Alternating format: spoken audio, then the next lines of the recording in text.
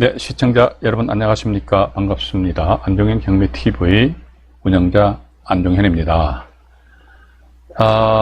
이번 진행 물건은요, 제목이 매매가에 대한 철저한 조사가 필요하다 이렇게 나와 있거든요. 이게 보니까 이제 1차 법원에서 평가한 감정 가격이 6억 원 대비해 가지고요, 몇 개월 사이인데, 이게 보니까 8억 8천만 원에 이제 매매가 되고 있어요. 그러니까 법원에서 평가한 금액 6억 원인데 실제 이제 한 8억 8천만 원 정도. 그러니까 아마도 감정 시점하고 입찰 시점이 이제 이 정도 한 몇 개월 정도 차이가 나다 보니까 뭐 이런 현상이 나타나는 것 같습니다. 물건 소재지는 경기도 성남시 분당구 정자동에 소재하고요. 18평형 아파트, 주공 아파트입니다. 복도식이거든요. 경매 사건 번호가 2020타경이죠. 성남지원입니다. 6906호 임의경매 사건입니다. 경매 정보지를 보시면서 말씀을 드리도록 하겠습니다. 본 사건입니다. 보시니까요. 수원지방법원 성남지원 사건입니다. 2020타경의 6906호 임의경매 사건이고요. 물건 소재지는 조금 전에 말씀드렸습니다만 경기도 성남시 분당구 정자동에 소재하고 있고요. 한솔마을 이제 아파트입니다. 아파트고요. 본건 보시니까 전용 면적이 12.93평이거든요. 여기 18평형입니다. 18평형으로 불려지고 있고요. 그 전에 보니까 기일이 잡혔다가 변경이 3번이 됐거든요. 그래서 이 경우는 경매가 아마 11월 15일인데 이 날짜 또 기일이 또 변경될지도 모르겠어요. 아니면 변경되었다 경매가 취하가 될지도 모르겠습니다. 그런데 우리 경매인 입장에서 봐가지고요, 뭐 이런 식으로 변경이 많이 되어 있으니까 야 경매 취하되겠지 해서 아예 처음부터 고개를 돌리는 것보다는 뭐 취하되면 어쩔 수 없는 것이지요. 그래서 우리가 이제 이 물건 같은 경우는 수원지방법원 성남지원 사건이란 말이죠. 그럼 성남지원 사건에 11월 15일 입찰 들어가실 적에는 물건 딱 하나만 선택해가지고 입찰 들어가시는데 어이구 그날 가보니까 경매 취하돼 버렸네. 말짱 꽝이잖아요, 그죠? 그래서 최소한 한 2-3개 정도는 가지고 가시는 것이 좋지 않겠느냐 해가지고 취하됐네 그러면 입찰 안 들어가시는 것이죠, 그죠? 그리고 취하 안 되고 현재 진행 중인 물건에 대해서 입찰 들어가신다는 것이지요. 자, 근데 보시니까 이게 1차 어쨌든 최저 매각 금액이 6억 원입니다. 6억 원인데 이게 2021년입니다. 2021년 올해 9월 24일 날 해가 말이죠. 8억 8천만 원에 거래된 사례가 하나 있어요. 그 8월 달에는 보니까 8억 1천만 원에 거래된 사례가 있고요. 8억 8천만 원 같은 경우는 22층입니다. 근데 우리 본건 같은 경우 25층이거든요. 근데 밑에 8월 달에 거래된 8억 1천만 원을 보니까 14층입니다. 그래서 본건이 25층이고 그러니까 이것도 역시 마찬가지. 아파트 같은 단지 내에 있는 아파트에서 가격이 다 동일한 건 아니거든요. 저층이냐 고층이냐 남향이냐 동향이냐 말이죠. 여기에 따라서 가격이 조금씩 차이는 납니다. 그래서 이 물건에 대해서 이제 이게 지금 제가 소개 말씀드리는 이유는 경매가 취하되지 않고 계속적으로 진행된다는 가정 전제하에서 말씀드린 겁니다. 그럼 제가 이게 이렇게 열심히 이제 말씀드려놨는데 이게 또 경매 취하되면 또 어쩔 수 없습니다. 그래서 일단 6억 원의 최저 매각 금액인데 이번 이제 현장 가셔가지고요 나름대로 제가 매번 진행 물건에 대해서 말씀드릴 적에 이런 말씀만 드립니까? 현장 나가가지고요 부동산 중개업소 사장님들 바지가랑이 보여잡고요 정말로 그분들의 절대적인 100% 아니고 200% 300% 했던 도움을 요합니다. 물론 어떤 분들은 말이죠 부동산 중개업소 가면 그 중개업소 사장님들 역정보를 흘리기 때문에 그것도 믿을 바는 못 된다 이렇게 나와 있는데 그래 일단 가십시오. 가셔가지고 부동산 중개업소 한 군데만 가실 것이 아니고 몇 군데 한번 가보시다 보면은 어느 정도 가격 아웃라인을 하고 또 요즘 보면요 뭐 국토교통부 사이트라든지 네이버 부동산 그 사이트 들어가 보게 되면 실거래 가격이 쫙 다 나온단 말이죠. 나오기 때문에 이제 어느 정도 가격에 대한 윤곽을 잡고 그 다음에 최종적으로 확인 사살 하시는 거 아닙니까? 그죠? 자, 그런데 보니까 이 물건 같은 경우는 지금 보시게 되면은 제가 다른 영상물에서도 이제 우리가 경매 정보지를 보시게 되면 가격 시점을 보시라라는 말씀 드렸는데 이 물건의 가격 시점 보시니까 2020년입니다. 2020년 12월 31일이죠. 근데 보니까 2021년 11월 15일 날 경매가 진행된다면은 이미 이 6억 원이라는 금액은요 1년여 전에 가격이란 말이죠. 그러니까 이 지역이 보니까 상당히 가격이 급등한 지역으로 이제 나타나 있습니다. 그래서 부동산 가격의 변동 그래프도 보니까 가파르게 우상향을 하고 있더라고요. 그래서 앞으로 더 이게 더 치고 나간다면은 과연 이 날짜에 얼마를 써야 될 것인지. 그래서 제가 썸네일상 제목에 보니까 1차 매각기일에 130% 이상 질러버려야 된다. 이런 거 질러야 돼요. 130% 하면요, 6억 대비해서 130%는 7억 8천만 원이거든요.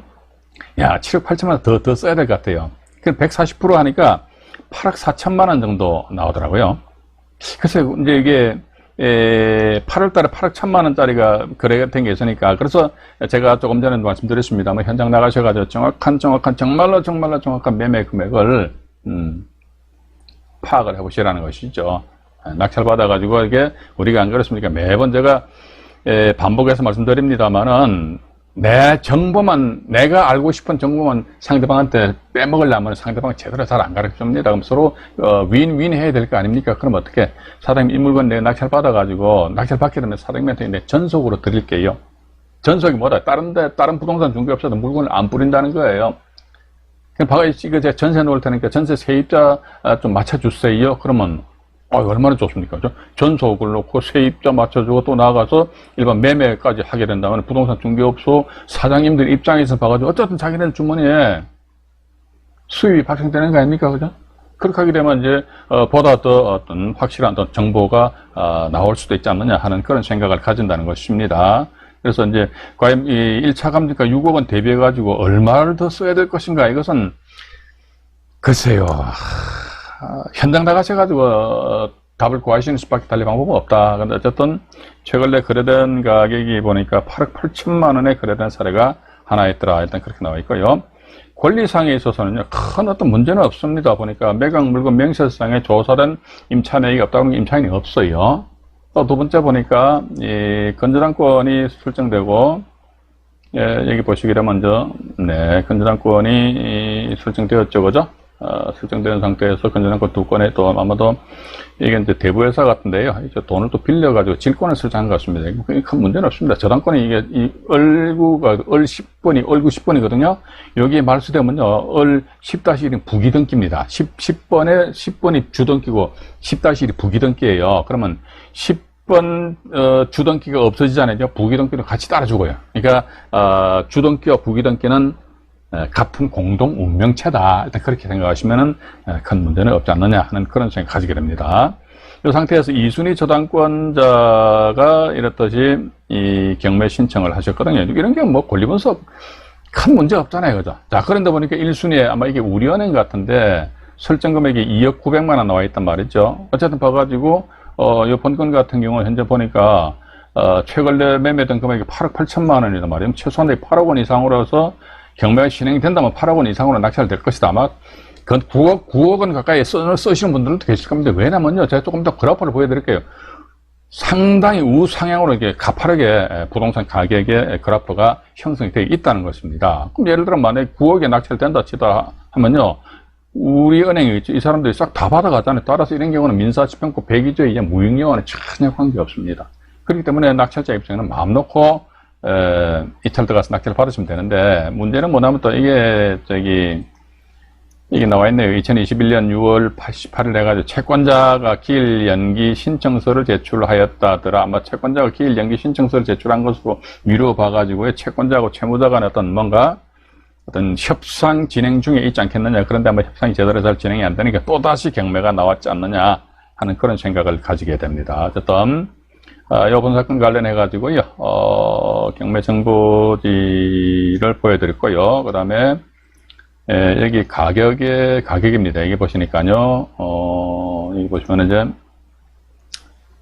18평형입니다. 본건이. 여기서 화면을 제가 좀 더 조정을 해드릴게요. 화면을. 잠깐만요. 보시면, 이제 정자동 이렇게 나와 있죠. 정자 한솔 마을 주공 4차 이렇게 나와 있고요.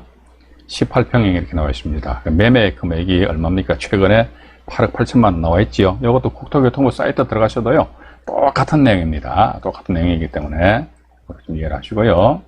그 다음에 이 본건에 제가 가격의 어떤 그래프 추세를 말씀 안 드렸습니까? 그죠?